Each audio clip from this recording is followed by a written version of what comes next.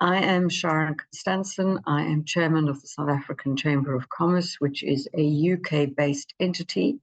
I'd like to welcome everyone on behalf of our platinum member, the University of the Free State. We've run this Global Citizen program, as mentioned by Russell a little earlier, for a number of years now, and we've interviewed and engaged with a large number of people, which has been extremely insightful, interesting, and gives us many foods for thought day in and day out as these events have occurred. But as Russell said, this is the first one we're doing as a hybrid event, and also the first one that we are holding within the South African in-person environment, and also the first event for the Bloemfontein chapter, Free State chapter, which is a new chapter of the Chamber. To our guest, I really appreciate the opportunity to meet with you because you are quite an impressive individual. I have read your bio. When it comes to introducing Prof Francis Petersen, I get routinely intimidated. This man makes me want to hide in the shadows of capability. He has studied 2 master's degree, a PhD. He's in engineering. He spent his time in academia, in science, in strategy, in business, and he is currently the Rector and Vice-Chancellor of the University of Free State, having educated through Stellenbosch and held a dean role in the built environment for UCT. So a very highly respected individual, very highly competent individual, who, as I said, always makes me feel intimidated when I have to introduce him. Because if I look at the rest of the CV that I have not mentioned, you're welcome to look him up. Very, very interesting individual. Francis will be talking to Iraj Abedian, who's an extremely interesting individual, but I shall leave Francis to do that introduction for us. So I look forward to sharing the hour with you and to pick up with you at the end. Thank you very much. Thank you very much, Sharon. And I hope it's a little bit warmer in London. But it's, I also would like to welcome our audience here in the Odeon Theatre at the Bloemfontein campus of the University of the Free State, and also our audience that are connected globally, virtually. It's going to be a very interesting conversation this afternoon, and I would like to introduce, sitting on my right, Dr. Iraj Abedian. Iraj is the Chief Executive Officer of the Pan-African Investments and Research Services Company. He's also Chairman of the Pan-African Holdings Pty Limited.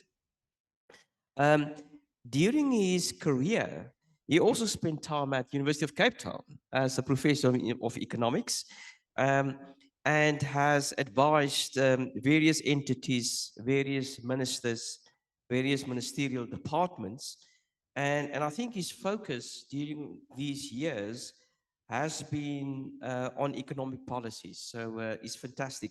Now, Iraj, your title this afternoon that you want to talk about is the rising global quest for social justice, the role of business, investment funds, and corporate leaders. Tell us a little bit more what that title really means. Thank you very much for inviting me, and my apology for my husky voice and this flu. I tried to overcome it. I think the title relates to something that in South Africa we should relate to, the role of business. We've just come out of the Zondo Commission report. We've seen how businesses recklessly have destroyed a lot of assets, paralyzed, in my view, our national treasury, national fiscus, hollowed out Eskom, Transnet, the infrastructure of our economy, the underpinning of an economy, and it is not unique to South Africa. Globally, as we sit here, similar type of things are happening across the continent, and in definitely in most, if not all, of the emerging economies. That's what the hub of the debate is. So it's not theoretical, It's not philosophical, it's real, and we are part of it whether we want or not. So elaborate a little bit more about the title and the talk. Look, the context in which we experience this, for me, and I'm an economist, a student of economics, and actively involved in the business sector. If you look at humanity, all of us, we're going through, and we have gone through various phases of transition. Once upon a time, we were hunter-gatherers, became agrarians, became industrialists, became post-industrialists, and at the moment, put a label on it. Digital age, fourth industrial revolution, we haven't quite made up our mind. As we've gone through this process, we have evolved.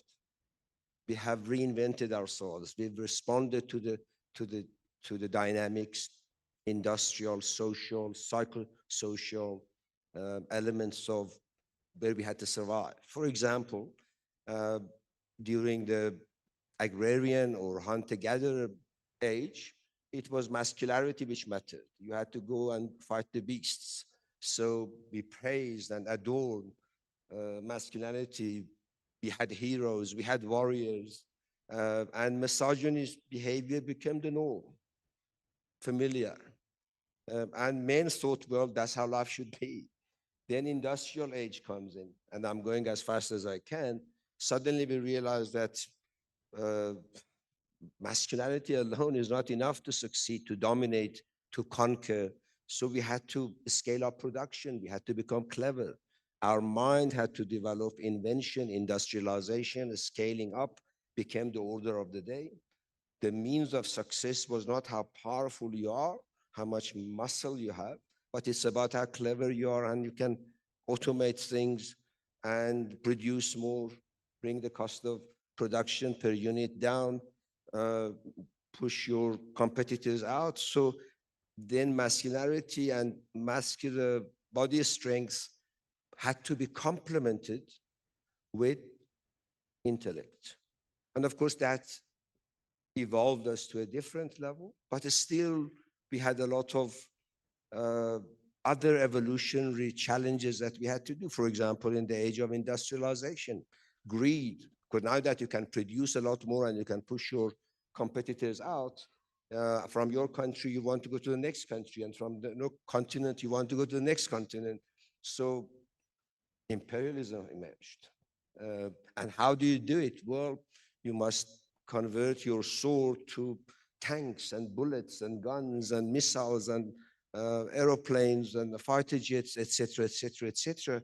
So with that evolution came a lot of shortcomings. We had to evolve to manage our intellectual ability. Post-industrial revolution, we now have a different challenge. Now we are scared of our intellectual growth. We think that AI, right? You've all heard of AI, you deal with it. Artificial intelligence suddenly is threatening us. It's a fact that as we sit here over the next 10 years, AI, which is the byproduct of human intelligence, is going to destroy between 200 to 300 million jobs. But it's also going to transform the nature of the economy, the nature of education, the nature of health, the nature of the society, the relationship between parents and kids. And what does that mean? That means, well, we have to evolve with it. We can't bring industrial age attributes and live in the age of digital operations.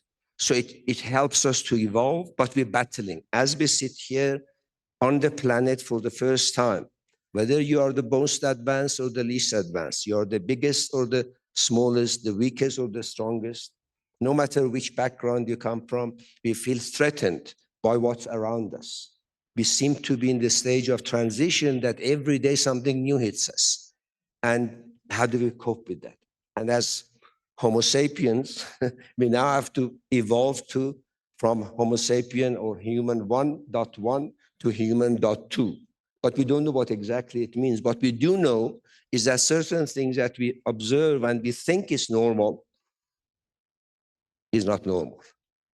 Maybe familiar, but it's not normal. For example, misogyny, abuse of women, abuse of children, abuse of others is very common, is familiar. And in South Africa, we cannot deny that from the time that we drive out of our houses, we see poverty, we see crushing hunger, misery, abuse, and it's familiar, but it's not normal. These are familiar, unacceptable, unsustainable symptoms of the age of our previous industrialization. And therefore, we have to ask ourselves, how do we avoid, fight, battle, struggle against making these abnormal, very familiar, but not normalizing familiar symptoms? And that's our challenge, all of us. I suggest in our families we have it, at workplace we have it, governments have it, and corporates have it. Now, my apology, you think that when I use the term corporates, there are creatures that have nothing to do with us. The fact is that all our pensions are used by these corporates. Check it out.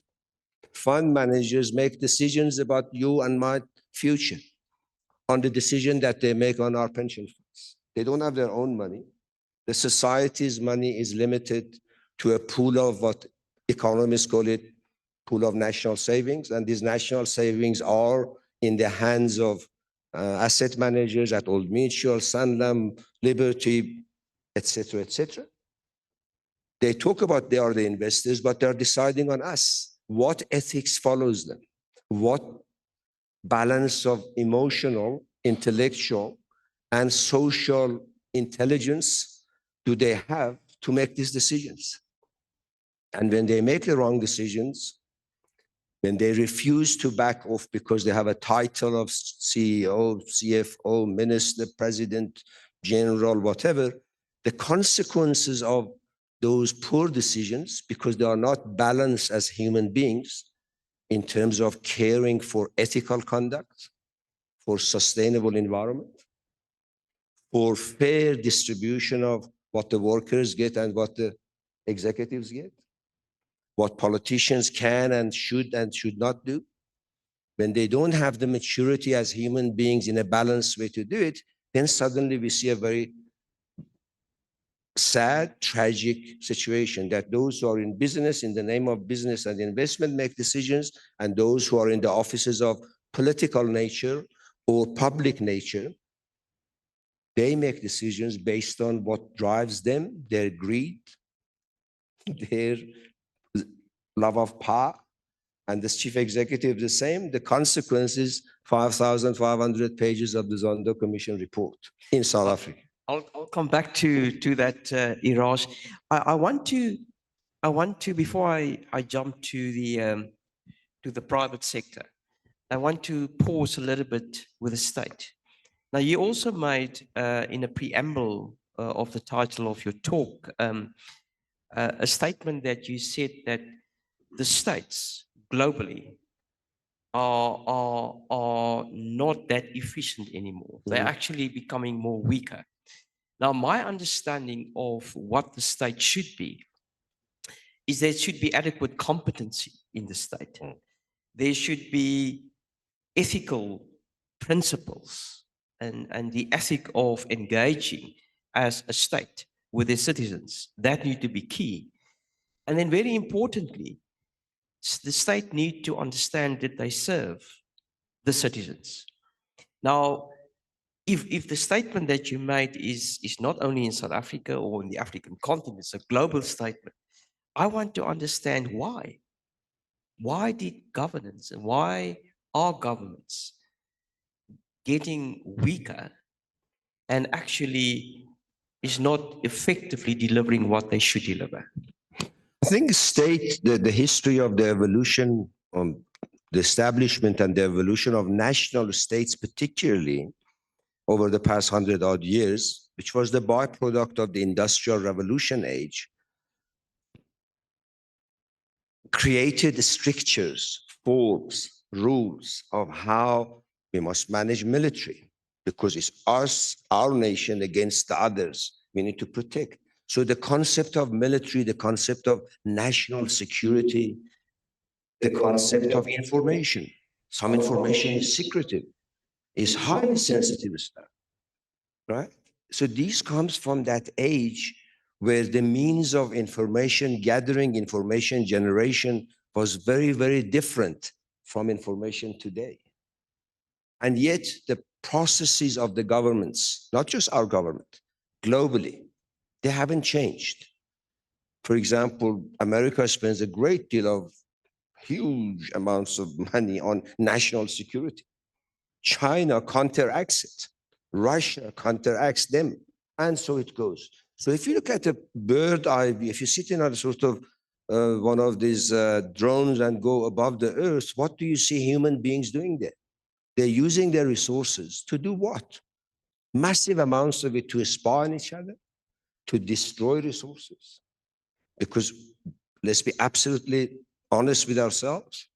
Guns, bullets, missiles, and it's become now galaxies. These are not productive use of limited resources. Do we need guns? Yeah, to protect against the animals, yeah, against mad people, yes, but the ratio of mad to sane people is very, very tiny. We don't need to spend so much resources. But every country on this planet that you and I look at it from above, every money that is spent on military in the name of security creates the opposite of security. But what do we need as human beings, as human.2? What is my and your notion of security?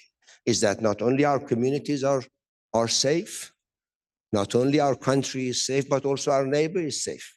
Because if they are not safe, sooner or later, our security will be compromised. Look at the Europeans. They're fighting the boats going from North Africa to the rest of Europe.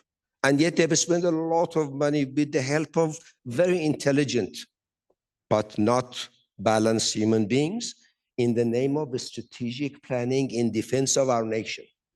But are they in security? No. Germany is not in security, Russia is not in security, China is not in security, US is not security. But look at the amount of money that is spent, the amount of human resources, the best of intelligence. To do what? This type of conduct of this Homo sapiens human.1 belongs to a different era. Governments operate in that mindset. The society is somewhere else. There is a disconnect between governments and the citizens. So, Iraj, just on that point, if there is a disconnect between governments in society, and because I've also read recently that government said that, we don't have so much liquidity in terms of finance to do A, B, and C. The question is then that they would then go and make the statement that business is much more liquid. Now, if we pay taxes, there is certainly an expectation. Is that fair on business to come in and do the things that we believe government should be doing? Is the disconnect or the connectivity between business and the society that they serve much more relevant, much more stronger between than the connectivity between governments in society? Yeah, I think when governments are inefficient and misallocate resources, examples I gave, what do? Governments got no resources. Government can only really do two things. One is tax, you and I and the businesses. Their citizens, whether they are natural citizens like you and I, or legal citizens like entities, companies, and so on. That pool of resources is meant to reach for the welfare of the society. If it's not, what they end up doing, they either borrow, but government borrowing means committing future generations to repay it. That's it. But if governments are not productive, if they are not using what they borrow to build the economy, they leave behind debt that your children and the grandchildren and my children and the grandchildren have to pay for it. Let's bring it down to a reality. In 2012, 2013, 2014, the South African government borrowed with a mix of taxes and borrowing to launch Medupi and Kusile. It was meant to cost us 89 billion rand. Even government didn't at that time have the 89 billion rand. Let's round it up 90 billion. As we sit here, Kusile and Medupi have spent over 300 billion rand and not finished yet. You and I have power cuts. So what happened here? Unethical business and unethical and misguided politicians got into cahoot. The consequences is quite clear. Not only we don't have electricity, not only Eskom is destroyed as a business entity that once upon a time was the best utility, definitely power utility in the world. You may not know this, but apartheid government could not borrow in international capital markets. It was embargoed. But Eskom could borrow because it was regarded as a well-run business. When new government came, it took 6 years before they could borrow. In the meantime, Eskom could borrow and generate. So Eskom, from being that type of entity, is destroyed today, which is rubbished by ourselves and by their executives and by the ministers and by the presidents, our own presidents.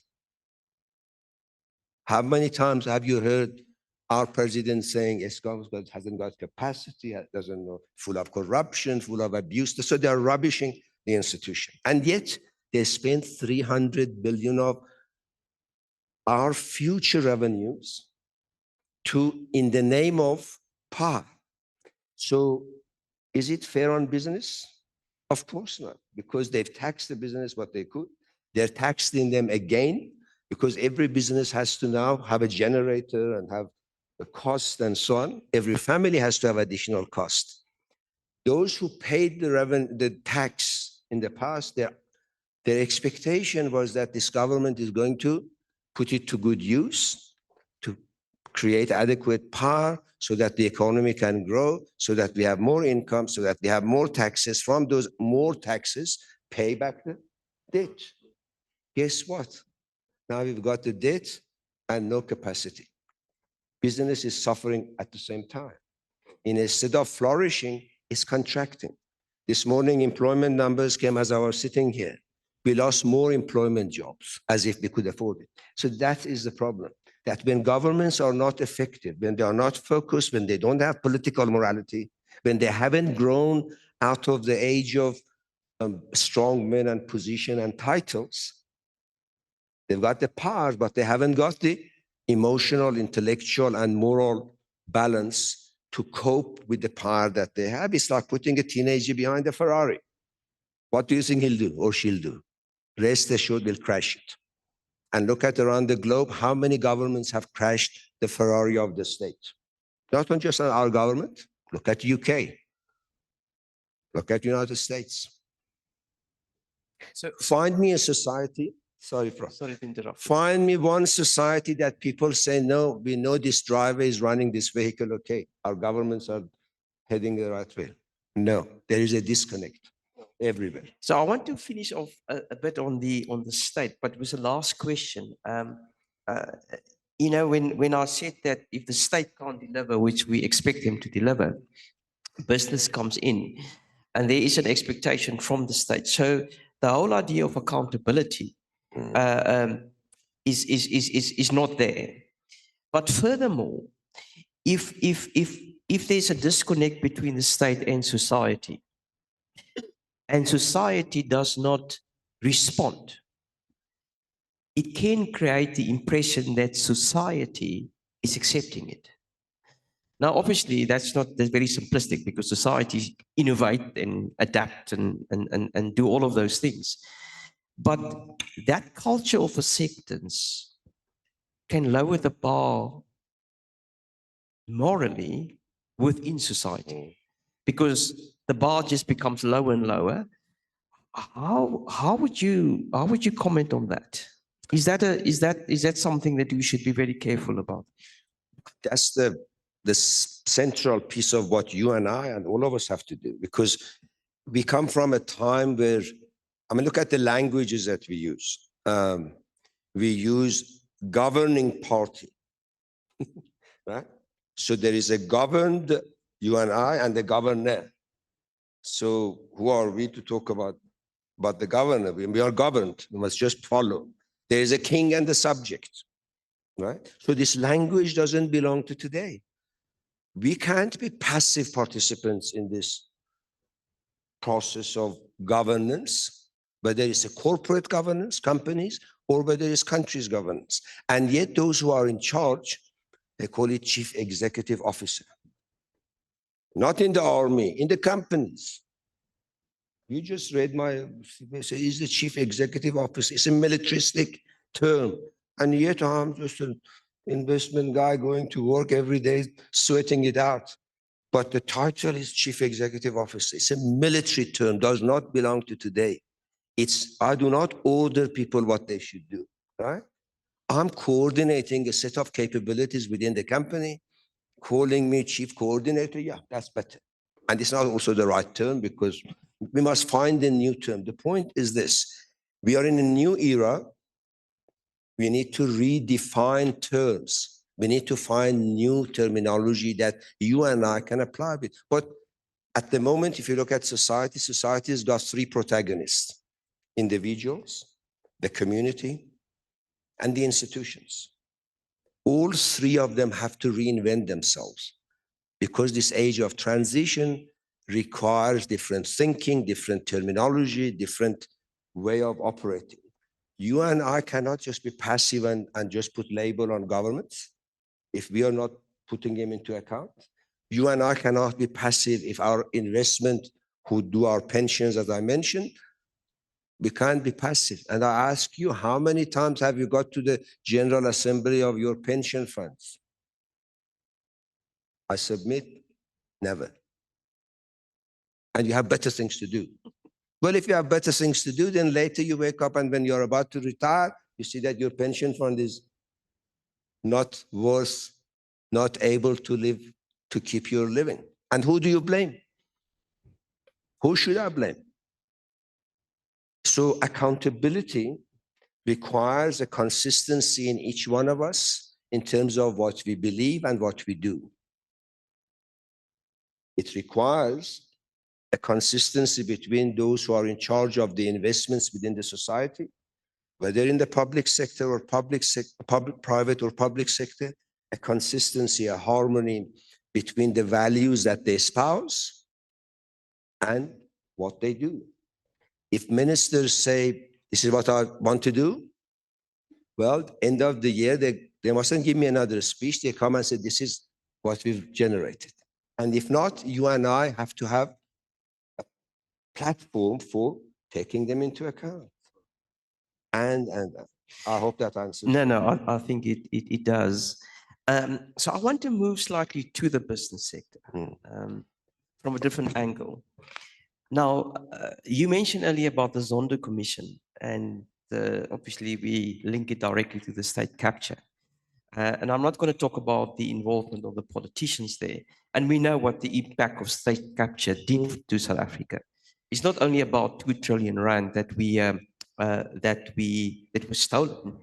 It was also the fact that we had downgrading in our investment rating into the country. It also impacts the socioeconomic aspects of our citizens. So it challenged the governance of institutions. So you can go into a whole list. It's not only about the money, it's the impact that it actually made on the total economy and the psyche of our people. Now, they often say it takes two to tango. So surely the state capture would not have been that successful, if I use successful between inverted commas, if there weren't private sector involvement. And I would like us just to talk a little bit about that, the private sector involvement. And it perhaps doesn't come out that clear in the Zondo Commission, because the Zondo Commission's emphasis was probably much more on the public sector, although there had been, it was mentioned in the Zondo Commission about the private sector. So I want to understand the private sector collusion toward the success of the state capture, and then perhaps depending on how you respond, I want to bring accountability in there. And what is the expectation from the society that we talk about on those private sector companies that were part of helping the state capture to be successful? There is no doubt that state capture could not have happened if either of the two parties, politicians and businesses, were not playing. And as a footnote, we are an academic institution. I just want to put a footnote that in the new age, it doesn't take two to tango. It takes three to tango. It's the individual, the community, and the institutions. We can come back. That's end of footnote. But you look at businesses that were involved, global businesses and local businesses. We have some of them in the Zondo Commission, McKinsey's, Gartner, Hitachi, SAP, not South African police, the German IT company, SACC. And I can go on and on. KPMG, these are auditors, bankers, lawyers, Bain & Co. They stole hundreds of billions to the tune of 2 trillion that they've stolen. But that's not all the damage. I wish they had just stolen the blessed money and gone. It's the damage that they've caused to SARS, to NPA, to Transnet, to ESCOM, to everything that has to do with governance. Not only they've stolen the money, now we haven't got the money, and we will not have, and this is my considered public view, that the longer we wait, the less we will have the money to restore the damage that they've got. I spent 20 years, 25 years teaching, so I'm going to use an example. And I told some of these culprits themselves. So it's not that I'm talking behind their back. Not only they broke my house and they stole my laptop, which are parallels I can't do, but in order to steal the laptop, they also broke the gate, the room, the house, and they damaged. It's not good enough that they must give me my back, the laptop. Do I make sense? Because the damage that they left behind is more consequential than the laptop. I can convert the laptop in one way or another. I can get another, but I haven't got the money to build the house, and I'm insecure in my house, and my family is vulnerable. I'm using an analogy. That's what they've done.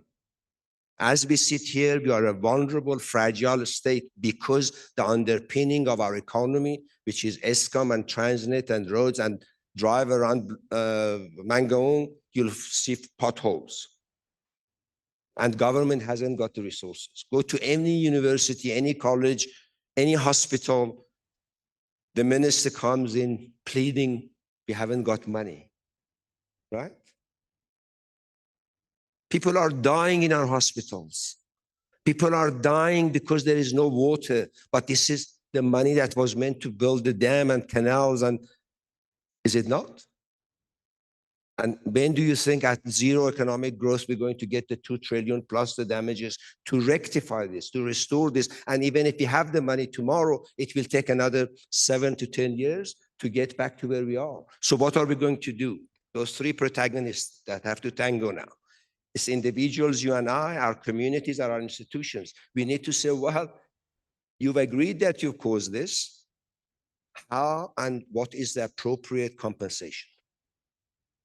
You've broken the door, you've broken the window, and it's nobody accusing you. We have a legal and lawyer-filled commission that has generated 5,500 pages of evidence.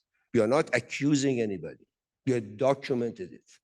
And by the way, the Zondo Commission's 5,500-page report is less than, be prepared, less than 5% of the evidence.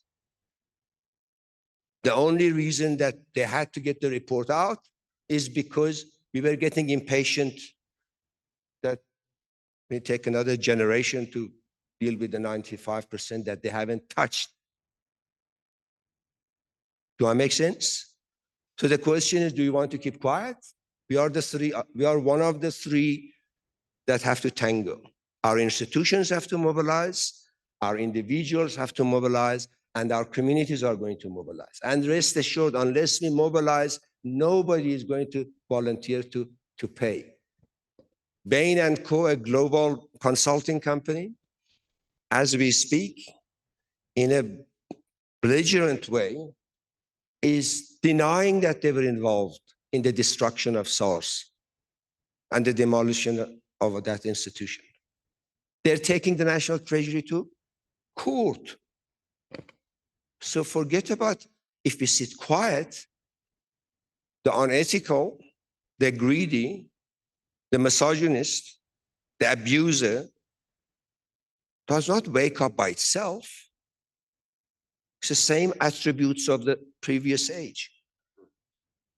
These corporates who have caused this, they're not going to volunteer to say, oh, your kids are dying in the hospital and your old age, let me do something. You haven't got clean water, you got potholes and so on and so forth. No, we got to mobilize. We got to do it. This is the new age of not only we want social justice, but we need to demand it. We need to go and get it. And we need to learn how to do it. Don't ask me.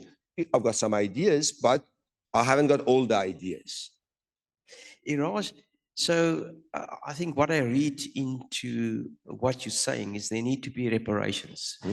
Now, if those companies do come to the party and they do pay the reparation, I would say, for the lack of a better word, fee, I would imagine that probably should go in a fund. How do you ensure that that we don't end up with the same corruption? And if you have such a fund, that could be quite extensive. That's a very good question. It's the same question that in the new society, we are not silent, governed citizens. We are active human.2 participants in our welfare. So what are some of the options? We have to decide if our government cannot be trusted and if our institutions are damaged so that we can trust them that they'll use it the right way. What are our options? We can put a national, what did we do during COVID? An example, it's an interesting one. Government said we don't have capacity. Nobody wanted to put money in another project of government because they knew where it's going to go. I mean, you don't have to be super intelligent to know that any minister is there. They don't worry about you and I, they worry about their cousins and their future. And we have enough evidence from all of them. And it's not a partisan thing. It's not ANC or DA, EFF, or all of them. They belong to a different age. So what did we do? We created a National Solidarity Fund. It was governed differently. Did it deliver vaccines to different places? I would suggest as a first step was a good success. And they didn't rely on government alone. Government was part of it. They have to be. In all that I say doesn't mean that the age of government has gone. No. Government must reinvent itself, reimagine itself, redirect itself, reprogram itself. The same way that you and I have to do it. The same way that men have to do it. Men cannot take women as the old age that they used to.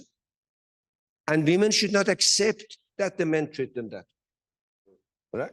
So we need to understand that these three new players need to learn to do it. And if a fund is established, we need to say, okay, who do we trust to be on the governance side of it? What do we trust and if is going to be tested and tried mechanism of delivery that we can do it? Will it be different? Yeah. Will the ministers be upset? Upset they should be. Will the politicians whinge? Better that they do. But people will get the result. They'll get the vaccine.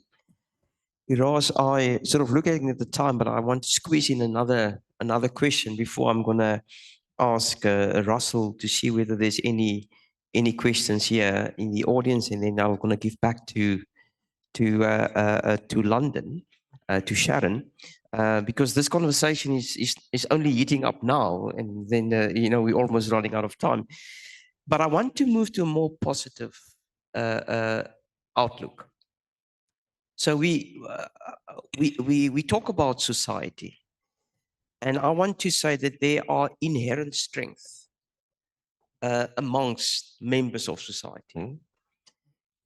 I'm also very hopeful, and I'm confident that there are South African diaspora abroad that is very passionate about the country. So how do we leverage that positive capacity to be able to craft and to build a way forward? You were talking about rebuilding, even if we get the 2 trillion rand back, it will take about 5 to 7 years. But how do we start doing that? Because we can't just say, well, our house, our gates, our computers, our windows has been completely demolished by the state capture. I want us to move to a positive and a futuristic approach. How would one do that? I think the good news is that we haven't given up. And technology is on our side, and our society and our DNA in South Africa especially, and worldwide, in fact, I would argue if we had time, that the DNA of our society is in our favor. Yes, we went quiet for a while. We were deceived. But now if you look at our youth, they are not taking this nonsense anymore. They don't have the same level of reverence and respect for these institutions. So the youth, the technology, and the national resources, as an economist talking, of South Africa are in our favor. And interestingly, globally, the ones that are at the forefront of learning and challenging are the youth. In Europe, which is a relatively old population, these are the youth who are at the forefront of environmental sustainability, doing governance different. These were the youth who were pushing for COVID vaccines not to be stored in Europe, but be sent to other places too. And that's a fact. It wasn't the strategists and the security analysts and so on.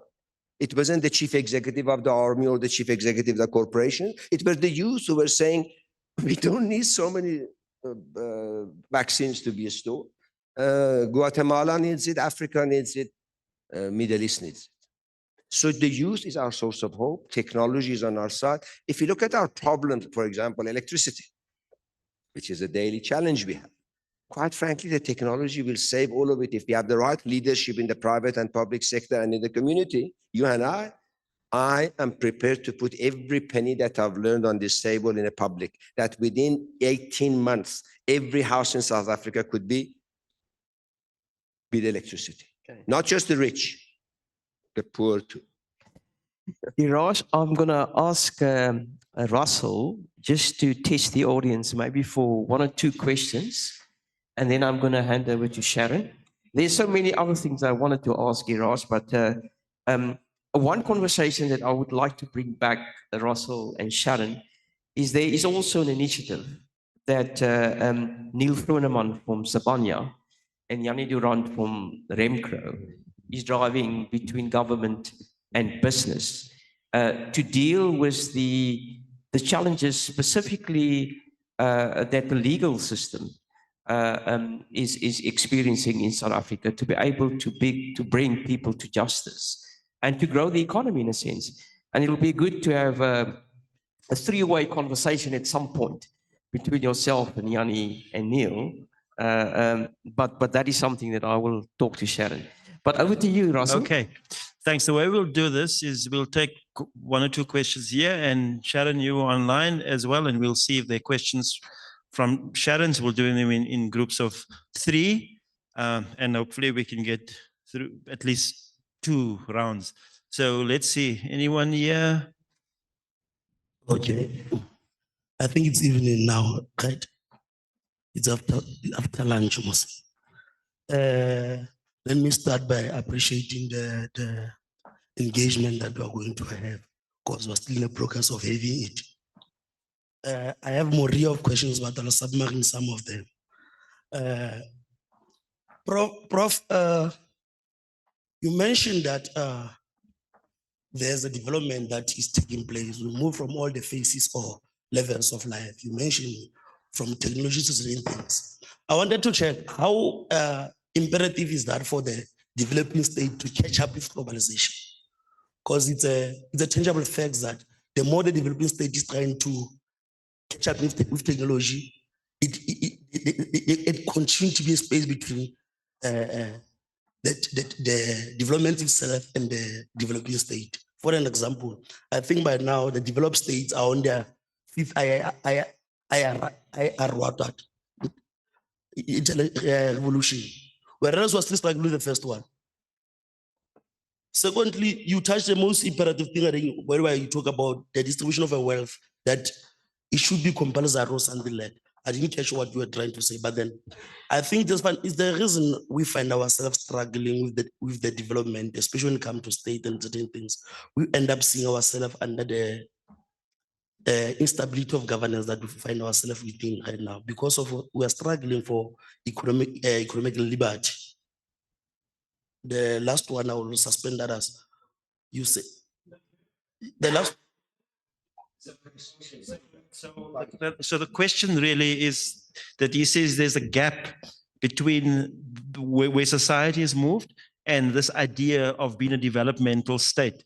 How do we close that gap? What is the challenge around that? Let's get another question, and then Sharon, I'll hand over to you.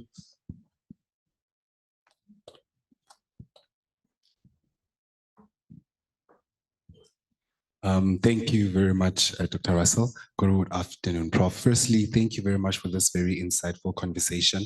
I'm going to touch on it takes 3 to tango that you mentioned, that with the solution that we are trying to bring, you mentioned the youth being a very key stakeholder in trying to address the different problems that we are facing globally. I wanted to know that within these 3 folds, if you might check, you mentioned there's the people, there's the society, and there's institutions. The ground root and the core of these 3 institutions, it's human capital. Right. So I wanted to know that what, in your opinion, do you believe is the best strategies that we can try to empower the human capital development of these 3 institutions to making sure that we try to really get the practicalization of even getting this youth that you are speaking about to come and participate and break the shackles? Because you also mentioned that technology is currently on our side, but I don't believe that our current human capital is developed enough to get into the hang of the technological development. And if we still do not address these 3 institutions developing, I don't think that we can get to the greener pastures that you were speaking about. So how do we then currently, and who do we actually give the responsibility of human capital development to? Do we go back to the state, or do we speak to institutions, or once again look at ourselves as the people and the society? Thank you. Thanks. You got that one clear enough, right? Okay. Sharon, over to you. So again, thank you very much. A question I would like to address with you, please, is one of the questions that's about the future. South Africa is going into a period of change. Not that we're not used to change, but we have an election and there will be something different. We don't know what different is. That fear of the unknown and the different belief systems that are coming from our different governmental corners, we might say. What are the things that we as South Africans, what is the thing we should fear most? What are the things we can do as our three elements of our business and future economic society? What should we be doing to mitigate the risk upon ourselves and the risk upon our assets? And I do say I enjoyed the analogy of the destruction of assets in the journey to an outcome of theft, for example, your computer. That was an interesting visual for me. So if we could just understand, how do we as humans manage the change ahead, and how do we mitigate that negative impact? What can we do as people, as business, as institutions, as government? I have other questions, but I will stop at that because I know we're going to run out of time. In fact, we'll probably only be able to do one round. So, Iraj? Yeah, on developmental state, this is a political jargon. It is a platform for state taking charge of resources and allocating it to who they think is fit to have it. If you want to have another state capture, use developmental state. Put it differently, the role of the state is developmental in whatever society. So what is developmental state? They want more resources. To do what? Do the basic stuff first. Prove to me that you can do it. I'll happily pay more. But don't use developmental state as a platform, as an ideological platform, as a political ploy, emotional play to get more resources to build Kusile, to build Madupi, to have water straight in Guyana. And it's not just South Africa, right around the globe. This developmental state was meant theoretically to mean you are not a developed society. Government, use every penny that you have to build the underpinning of your developmental needs. Build your roads, build your human resources, build your families, build your energy, etc., etc. But there is no anti-developmental government. There shouldn't be. So it's an ideological nonsense. What you're saying, and I fully agree with it, we have a lot of developmental requirements. So how do we do it? Not put all of it at the state. You want to develop human resources, bring the best of universities and college and the schools and headmasters into a room, leave the ministers out. Say, well, how do we do it? Because the time has changed. You want to develop human resources, you must bring nutritionists. How do you develop a child who is now 11, 10, 15, 18, but from the age of 0 to age of 3 and 5 has not had the appropriate nutrition, appropriate vaccination, appropriate support? How? You're going to throw money at it in the name of developmental state? Minister runs around with bag carriers and DGs fly business class? Will that do developmental human resources? No. Bring the experts in who are at the cutting edge of the technology, say these are the resources that we have and how best do we achieve it. And don't make a statement, put accountable benchmarks of delivery and come report to it. So developmental state back in 1923 was invented. It was a divide between us and them. We are developed, you are underdeveloped, to know where your place is. And this theory has taken over and the politicians talk about it, nobody else. I can very happily discuss it personally to elaborate more. We haven't got time. On human resources, the best and the most effective natural capital of every society is ours human beings. If we fail to focus on humanity, on human resources, we're going to lose our developmental mission. Even when we build the roads and so on, those human beings will build missiles and tanks and you're going to destroy yourself. And if you don't believe me, watch happened in Russia, what happens in next door to Russia. You understand what I'm saying? Human .2 has evolved to a point that not only intellect, but also our spiritual, moral, ethical values need to be developed, cultivated in balance. Our physicality, must be healthy, our mind must be sharpened, but requires nutritionists will tell you how we should develop our kids and so on, but our hearts, our moral values need to come in. If you don't, you become Marcus Euster. When you are a billionaire, you are a crook. And you walk around bragging as if, oh, I have made it. Is that humanity? Is that development of human resources? So I'm not talking about getting a CA and becoming Marcus Euster or Gupta or some other crook. Do I make sense? So when we talk about human resource development in the age of transition to human.2, we need to look at the totality of human being, not just the body, the brain, and the yet to underdeveloped. We need to understand the human side of human resource development, the softer issues. The harder issues now has been Googled. Google it, they'll design it for you. Right? So that's not the challenge anymore. It was 200 years ago. But today, industrialization is not a challenge. Humanization is the challenge. Ethics is a challenge. How do we do it? We need to learn.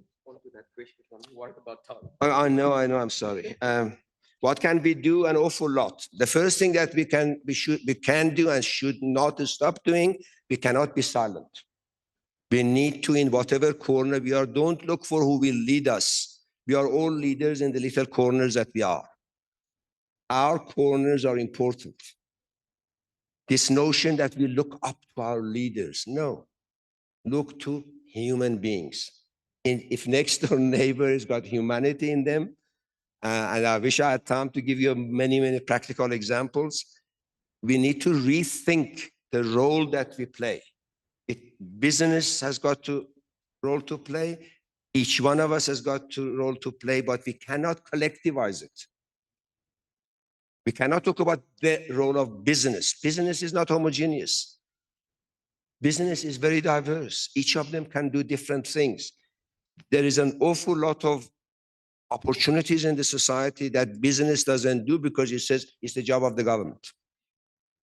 There are a lot of opportunities that they should have exploited, but they were quiet because they were scared of the government. It's the industrial age government. Modern government has to be participatory, has to be accountable, has to be transparent. Any minister or president or any authority who comes and says, this is too sensitive, I can't talk about it, he's talking nonsense, he's crooking something. There is nothing that is sensitive about people's lives and people's developmental needs. It's open. So the language has to change. So those are some of the issues, Sharon. There's an awful lot that people do at local level, businesses do, but not enough. Because the majority of businesses and the majority of the society lives in the past age. Human.1, we got to move ourselves. And it's tough. And I agree it's tough. Believe me, it's tough. Thanks, Iraj. Sharon, I'm going to ask you just to close and thank yous. And I'm going to ask the audience to just stay because, as I said, there is a surprise for you once Sharon has done the formal closing. Because we on a strict clock here with the live streaming. Sharon? Thank you very much, Russell. I do appreciate it. Francis, as always, a very professional interviewer. You delved into some difficult issues. And to our guest, you've been absolutely fantastic in terms of sharing with us your insights. And yes, on the many occasions you asked us, do we understand? I think it's actually quite a challenge for all of us in business actually to understand. So Iraj, it's been really interesting hearing the perspectives, understanding the great degree of damage our country has gone through and the risks that face us still going ahead. We've got a lot of risk. It's not easy. But I do like your reference to our can-do culture. I think we're renowned for it globally. And I look forward to seeing all of us, whether we're in the 10th province internationally or anywhere within South Africa, stand up, let's be counted, let's make a difference, and let's save the country from itself at the moment. So thank you very much, Iraj. I think it was really insightful. Francis, thank you. And Russell, very well facilitated. And I look forward to seeing many of your guests over here in the UK. Come visit us to some of our events or come online and join us. Thank you, Sharon. And you're welcome to come and join us anytime as well. Thank you very much. I'm going to now ask Kamanita to come forward and Peter to deal with the surprise. You can stay here while they deal with this. Thanks. And thank you and thank our online audience.